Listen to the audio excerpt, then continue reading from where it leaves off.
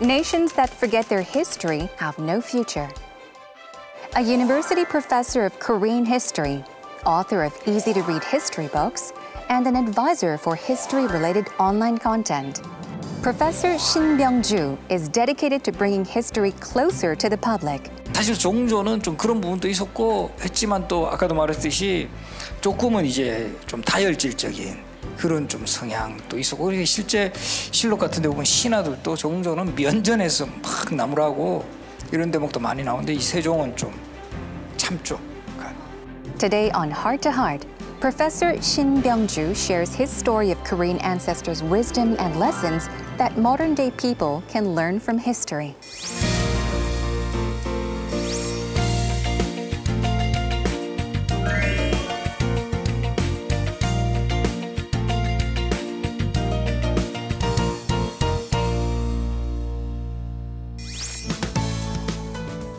네, 오늘 역사의 대중화에 앞장서고 계신 분이죠. 바로 역사학자 신병주 교수님을 모셨습니다. Welcome to Heart to Heart. 반갑습니다. 저희가 토크를 시작하기 전에 지금 방송을 보고 계실 분들께 인사 한 말씀 부탁드립니다. 안녕하십니까. 건국대학교 사학과 신병주 교수입니다. 오늘 또 이렇게 많은 분들에게 특히 좀 이런 외국인들에게도 이런 우리 역사의 중요성이라든가 우리 역사 속의 왕들의 이 모습을 소개시켜 드릴 수 있는 기회를 얻게 돼서 아주 기쁘게 생각을 합니다. 감사합니다. 영광입니다. 예.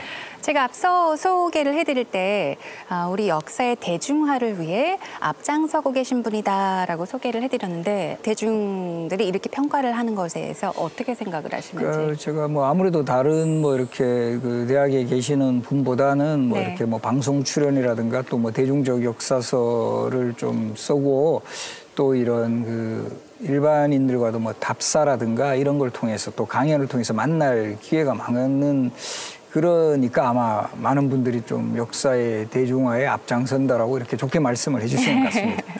교수님께서 언제부터 역사에 대한 관심을 갖게 되셨는지도 궁금한데요. 정신문화의 수도인 안동에서 태어나신 걸로 알고 있습니다. 혹시 그 영향도 있었나요? 그렇죠. 아무래도 이제 안동이라는 지역 자체가 정말 이제 우리 유교적인 유산도 많고 네. 대표적인 인물로 태계이황, 서예 유성룡, 학봉, 김성일 또 우리 한말의 독립운동가 중에 이상용, 석주 이상용 이런 분들도 배출해서 아마 그런 역사와 문화의 도시라는 것하고 연결시키는 분들도 많아요. 제가 네네. 역사를 전공하니까.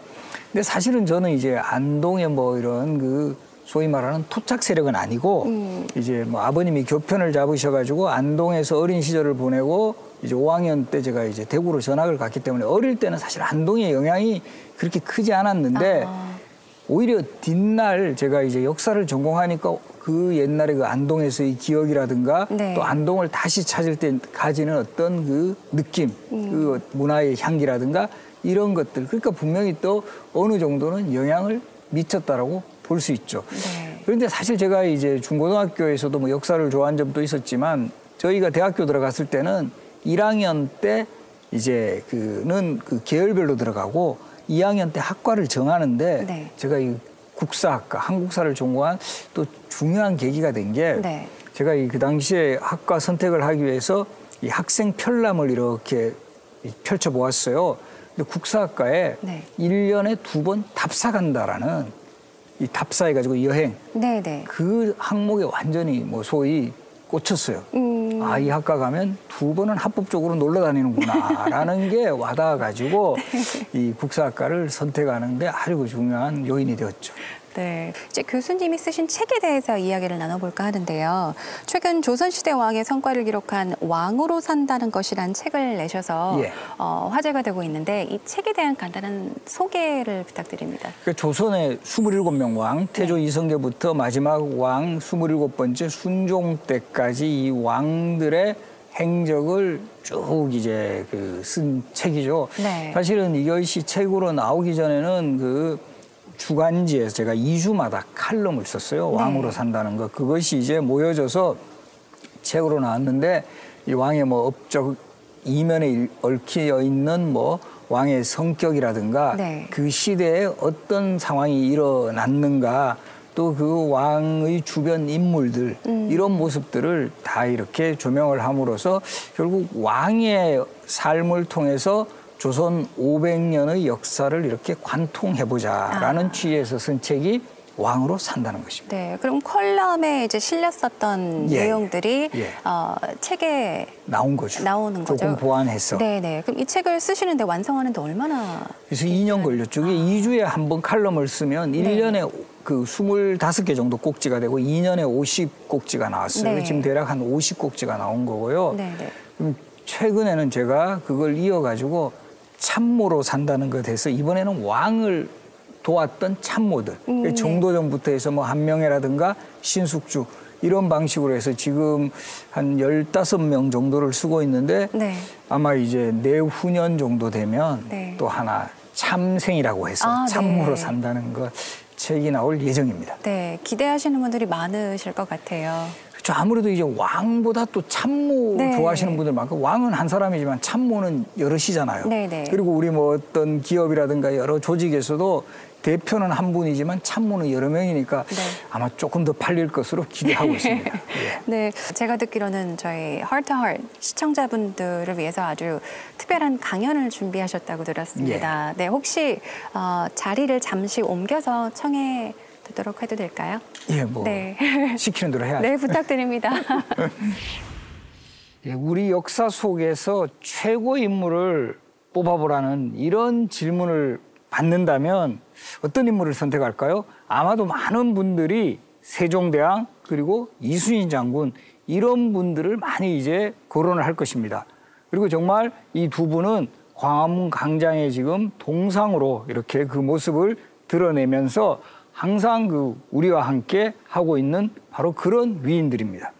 이 세종대왕은 1397년에 태어나셔서 1450년까지 사시면서 15세기 조선이라는 나라를 빠른 시일 내에 아주 그 안정시키고 이 조선이라는 나라가 정치적으로나 문화적으로 그리고 경제적으로 아주 그 풍요로운 그런 그 시대를 만든 바로 그런 인물입니다. 이 태종의 세 번째 아들로 태어난 이 세종은 먼저 시대 정신을 잘 읽었습니다. 당시 조선이라는 나라가 지향해야 할 방향이 무엇인가? 세종이 시대 정신으로 설정한 이념은 자주 우리는 중국하고 다른 우리의 독자적인 문화가 있다. 그리고 민본, 모든 그 정책의 기본은 백성을 근본으로 해야 된다는 이런 신념, 그리고 마지막으로 실용, 이런 모든 정책들이 실제 백성들의 생활에 도움이 되어야 된다라는 이런 자주 민본 실용 정신을 이제 시대의 그 이념으로 설정을 하고 많은 업적들을 남기셨죠. 가장 대표적인 것이 바로 훈민정음 창제입니다. 1443년에 창제가 되어서 1446년 9월에 반포된 이 훈민정음, 우리 한글, 우리 민족의 독자적인 문자가 이제 만들어졌고 이제는 우리 한자가 아닌 우리말과 글로서 의사를 표현할 수 있는 이런 시대를 이제 만들어 나갔던 것이죠.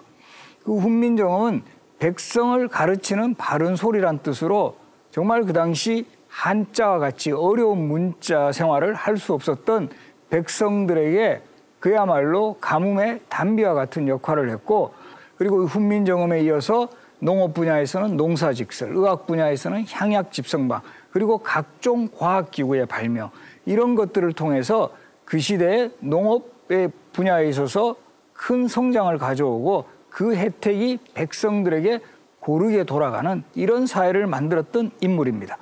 그리고 이 세종대왕이 더욱 돋보이는 분야는 본인 또 탁월한 능력의 소유자였지만 최대한 인재를 양성해서 함께하는 정치의 모범을 보였던 바로 그런 왕이었습니다.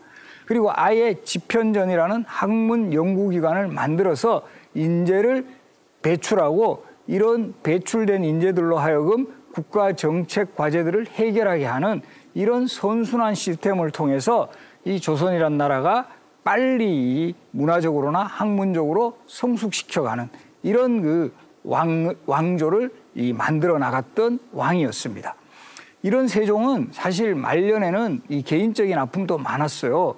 이 당뇨병이라든가 뭐 각종 종기라든가 이 여러 가지 그 시력 문제, 이 거의 뭐 왼쪽 눈, 오른쪽 눈 다 거의 실명 상태인 어려움 속에서도 훈민정음 창제라든가 과학기구의 발명과 같은 시대적 과제에서 결코 그 책임을 미루지 않고 그 자신이 왕의 입장에서 모든 것을 그 정말 진두지휘해서 이런 그 과제들을 해결해 나가면서 정말 이 조선이라는 나라가 빠른 시일 내에 이 문화국가로서 자리 잡는데 큰 역할을 했다라는 점에서는 이 개인적인 어떤 고통을 극복하고 또 이 정말 이 책임감과 사명감 속에서 이룬 업적, 이런 점에서 더 높은 평가를 받는 왕이 바로 세종입니다.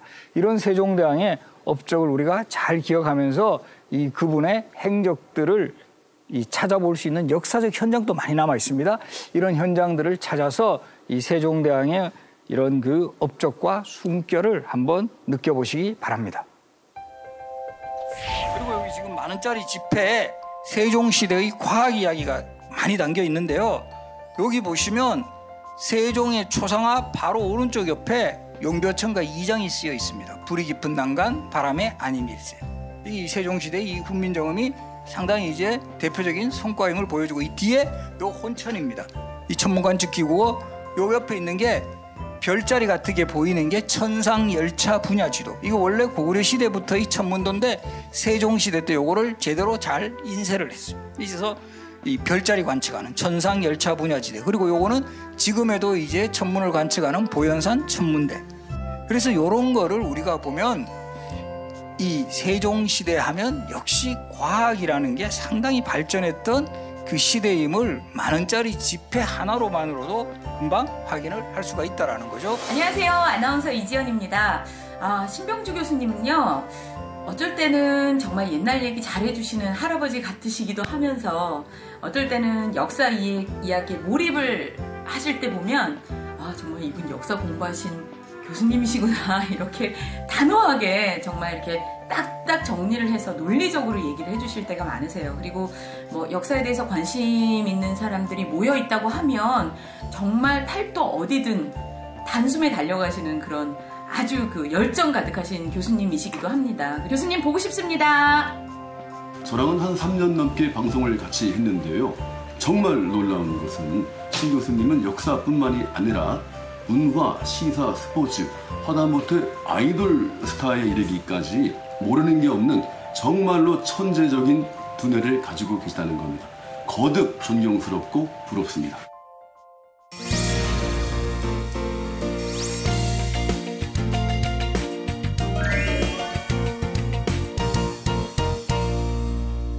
자, 일단 뭐 왕으로 산다는 것이란 책에 대해서 조금 더 이야기를 하자면 27명의 왕이 등장을 하는데 혹시 그중 가장 애착이 가는 왕이 있나요?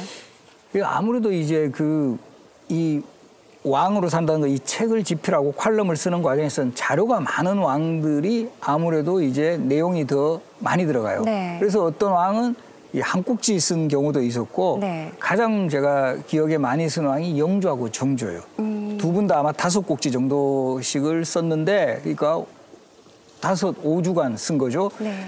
그 영조 같은 경우는 일단은 재위기간이 제일 길어요. 52년. 그러니까 일단은 업적이 많아요. 네. 우리가 지도자는 특히 왕조 국가에서는 일단은 오래 살고 봐야 돼요. 그래야 이게 많은 업적을 펼칠 수 있는 그런 기회가 생기는 거죠. 그리고 실제 영조는 그 오랜 재위기간 중에 정치적으로는 탕평, 경제적으로는 뭐 균역법, 또 사회적으로도 청계천 공사, 이런 여러 가지 업적이 있었고, 또 뭐 인간적으로도 그 숙빈 최 씨라고 해서 후궁소생의 아들이었지만 그런 그 핸디캡 속에서도 아주 그 백성을 위한 이 서민 위주의 정책을 펼쳤다라는 이런 점에서 그 영조 부분이 많이 이제 그 할애가 되었고, 또 애착도 갔죠. 많이 네네. 쓰다 보니까.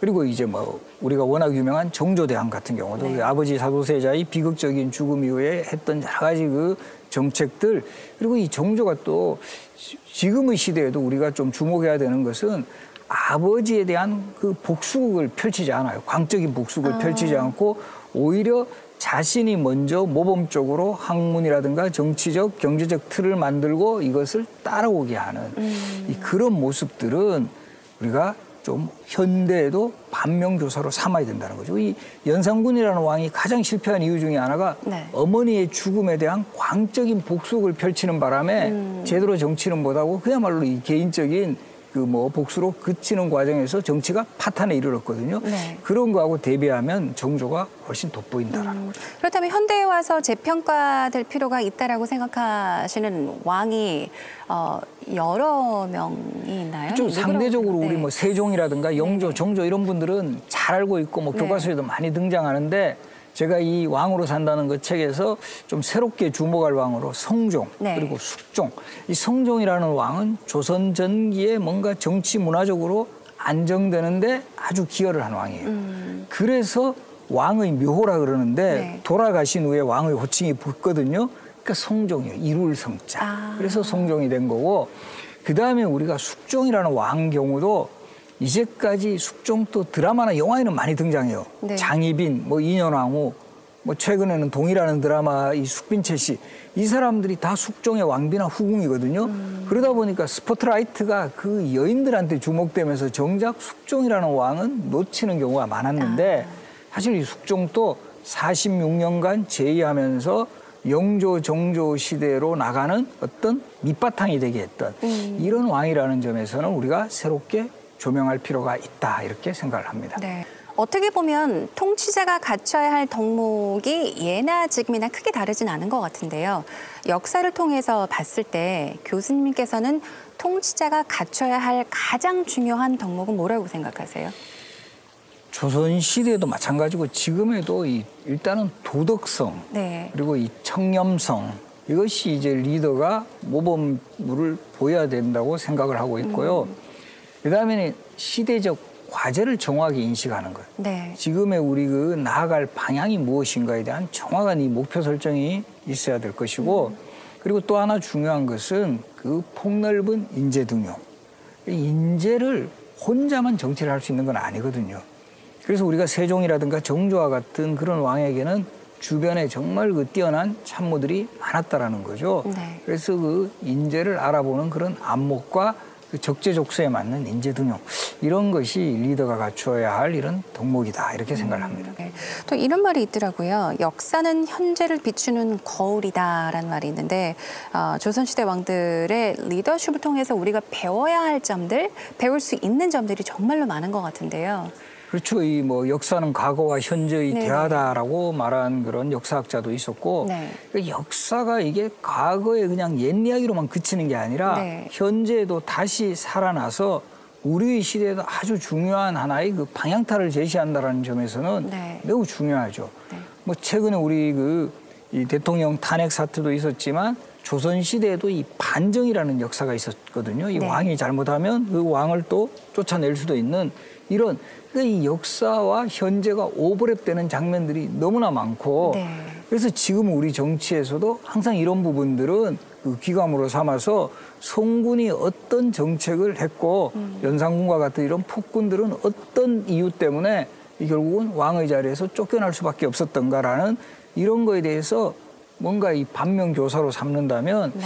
우리 지금의 어떤 현재도 더 발전적으로 나아갈 수 있다라는 거죠. 네. 역사를 소재로 한 영화도 그렇고 드라마 또 책들을 보면은 유독 조선 시대를 다루는 것들이 참 많은 것 같아요. 특별한 이유가 있나요? 아무래도 조선 시대는 우리가 살았던 시대하고 상당히 가깝게 느껴진다라는 거죠. 그래서 그 시대 사람들의 어떤 삶이라든가 또 여러 가지 그 정치 상황 이런 것들이 되게 공감되는 부분이 일단은 많다라는 점을 지적할 수 있고요. 또 하나 현실적인 이유는 네. 조선시대가 자료가 많아요. 일단.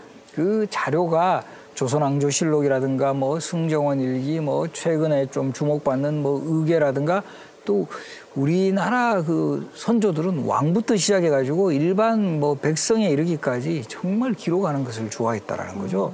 이 기록 문화는 우리가 세계에서도 이 눈여겨보는 점인데요. 지금 유네스코 세계 기록유산으로 지정된 기록물이 총 13건 있는데 네. 그중에서도 조선시대 관련된 기록물이 8건 있어요. 조선왕조실록, 뭐 승정원 일기, 네. 일성록, 뭐 이런 그 기록물들. 그러다 보니까 자료가 풍부하고 또 이것이 가능해진 게 예전에는 이게 한자로 쓰여져서 어려웠는데 네. 이제 최근에 와서는 조선왕조실록도 다 번역이 되어서 이것이 다 인터넷 같은 데서 다 이 번역본이 이제 그 다 제공이 되다 보니까 네. 이 방송 만드는 뭐 작가라든가 이런 분들이 쉽게 자료를 접할 수 있고 또 이런 분들은 또 아이디어는 좋잖아요. 네네. 그래서 사실은 우리가 2000년대 초반에 데이트를 친 드라마 대장금 같은 경우도 네. 이 장금이라는 인물이 조선왕조실록 즉 중종실록에 한 10번가량 등장하는 은여거든요. 아. 여기서 이 장금이라는 캐릭터를 만들어가지고 정말 드라마로 대성공을 거두었고 네네. 우리 뭐 2014년에 1,700만 이상 관객을 동원했다라는 명량이라는 영화 네네. 같은 경우도 이 조선왕조실록 또 이거는 난중일기가 또 기본이 돼요. 아. 이수인 장군이 쓴 난중일기 기록에서 명량 대첩에 관한 부분들을 이제 반영을 해서 영화를 만드니까 훨씬 더 이제 다가오는 거죠. 이게 정말 그냥 허구적인 상황을 그 이렇게 영화나 그 드라마로 만드는 것보다 네. 팩트에 바탕을 해서 만들면 훨씬 더 공감대도 형성될 수 있고 이 사람들 시청자들 입장에서도 훨씬 이제 더 역사에 대한 관심도 가질 수 있는 네. 이것이 상승작용을 일으키면서 그리고 사실 대부분 이런 그 역사를 소재로 한 영화들이 성공을 많이 했어요. 그죠? 네, 네. 그러다 보니까 이 영화 쪽 만드는 분들도 네. 뭐 힘을 내시는 거죠. 아, 조선시대를 주제로 한 영화는 어느 정도, 드라마는 어느 정도 이게 성공을 할 수 있다. 그리고 네. 그것이 가능해진 것은 이 많은 사람들이 이거 공감할 수 있는 그런 시대고 그리고 이 관련 기록들, 자료들이 많다라는 것이 네. 이 조선시대를 주제로 한 사극이라든가 이 영화가 많은 거고요. 이 바로 최근에도 이제 남한산성이라는 또 네. 영화 지금 개봉을 하잖아요. 이런 거 보면 그래서 저는 참 제가 그래도 네. 우리 이제 역사 전공하는 사람들도 이 시대가 있어요. 고대사, 고려시대, 조선시대, 근현대사. 제가 참 조선시대 전공한 거는 진짜 잘한 선택이다 이렇게 항상 생각하죠. 또 요즘 보면은 젊은이들이 어떻게 보면 역사에 관한 관심이 예전만큼 없는 것 같아요. 어떻게 보면 관심이 점점 좀 없어지고 있는 것 같아서 좀 안타깝기도 한데 교수님께서 생각하시기에 우리가 우리의 역사를 잘 알아야 되는 이유가 무엇이며 또 그렇게 되기 위해서 우리가 우리 역사에 대해서 배워가기 위해서 더 많이 알기 위해서는 어떤 노력이 필요하다고 생각하세요? 그래서 그래도 이제 그나마 다행스러운 것은 한동안 그 한국사, 이 역사가 이제 수능 시험에서 제외된 그런 시대도 있었어요. 네. 다행히 이것이 이제 회복돼 가지고 지금은 이제 한국사가 이 필수가 되면서 이 최근에는 그래도 이제 관심이 어느 정도 이 증대되고 있는 그런 그 상황인데요. 뭐 그럼에도 불구하고 이런 뭐 시험이 아니면 뭐 기본적으로 역사 공부를 또 이렇게 좀 더 하고 이럴 만큼의 또 어떻게 보면 사회적 환경도 제대로 되지 않아요. 그러나 이제 제가 이 역사가 왜 그러나 어느 시점에서도 중요한 것은 우리 뭐 단재 신채호 선생도 그런 말씀을 하셨지만 역사를 잊은 민족에게는 미래가 없다. 항상 우리의 역사 그리고 그것을 통해서 우리가 뭐 국가관도 확립할 수 있고 일체감도 확보할 수가 있고 또 우리 역사의 그 자랑스러운 인물이라든가 그런 문화적 업적을 통해서 우리도 우리 시대에 이런 것들을 해나가야 된다라는 또 우리의 당위성 같은 것도 확인시켜주는 게 또 이 역사라는 거죠. 네. 그래서 이런 역사를 좀 더 우리 그 뭐 학생들이나 뭐 이런 그 일반인들이 좀 더 가깝게 접하려면 저는 일단은 좀 쉬운 그 내용의 어떤 그 뭐 학습이라든가 네. 이런 소개 같은 거 이런 것들이 이루어져야 될 것이고 그리고 그런 그 차원에서 역사를 좀 재밌게 이해하려면 저는 그렇게 많이 권유를 하는데 현장 답사를 많이 가라. 아, 네. 그래서 우리가 뭐 집현전, 세종이 집현전을 설치했다 하는데 집현전이 그럼 도대체 어디 있었는가? 지금 경복궁에 가면 수정전이라는 건물이 있어요. 그 자리거든요. 네. 그런 곳을 가보면 뭔가 느낌이 달라지고 그 현장들을 찾아가면 세종도 만날 수 있고 정조도 만날 수 있고 이런 현장 그 학습이 또 중요하다. 네. 그리고 그런 걸 통해서 이것이 단지 과거 일이 아니라 우리 현재와 또 계속 대화해보면서 네. 아, 이런 역사적 상황에서 이때는 이렇게 되었는데 임진왜란 때 병자호란 때는 이렇게 우리가 당했는데 지금은 이렇게 해야 되지 않을까라는 이런 생각들도 계속 해나가면 훨씬 더 역사를 재밌게 이해할 수도 있고 네. 또 이제 역사 공부를 통해서 뭔가 좀 의미도 찾는 그런 작업이 되지 않을까 이렇게 봅니다. 네. 그렇게 역사를 조금 더 쉽게 예. 조금은 부담이 없게 배울 수 있는 기회가 좀 많이 생겼으면 좋겠습니다.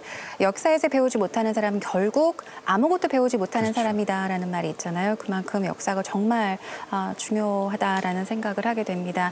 앞으로도 계속해서 많은 사람들이 역사에 관한 관심을 더 많이 가질 수 있도록 계속해서 힘써 주시기 바랍니다.